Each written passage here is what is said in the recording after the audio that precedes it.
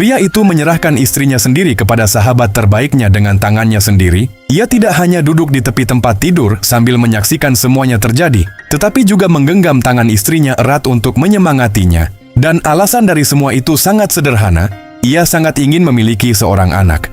Sebenarnya sejak Ricardo dan Helena menikah, Ricardo selalu bermimpi menjadi seorang ayah. Namun sekeras apapun mereka mencoba, hal itu tidak pernah berhasil. Setelah pemeriksaan medis mereka mengetahui bahwa Ricardo telah kehilangan kemampuan untuk memiliki keturunan.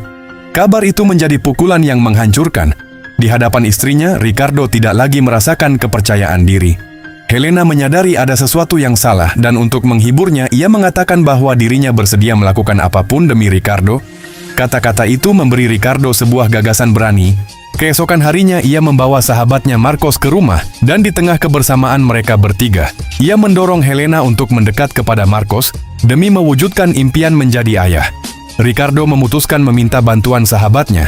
Helena yang awalnya terkejut perlahan memahami maksud suaminya. Demi memenuhi keinginan Ricardo, ia akhirnya menerima keputusan itu dalam diam.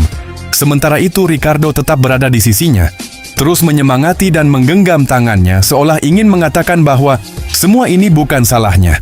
Marcos kemudian pindah ke rumah mereka untuk membantu.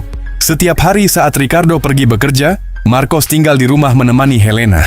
Hingga akhirnya Helena hamil. Kabar itu membuat Ricardo sangat bahagia. Malam itu juga ia meminta Marcos pergi dari rumah karena yakin hidup mereka akhirnya akan kembali normal. Namun yang tidak ia duga adalah ketika pulang bekerja keesokan harinya, ia kembali mendengar suara aneh dari kamar. Melalui jendela yang berkabut, ia merasa melihat siluet seseorang di dalam. Meski dipenuhi rasa penasaran, ia merasa sudah kehilangan hak dan keberanian untuk menyalahkan istrinya. Yang tersisa hanyalah bersembunyi dan menyaksikan semuanya dengan mata kepalanya sendiri. Karena pada akhirnya ia merasa semua itu bermula dari keputusannya sendiri.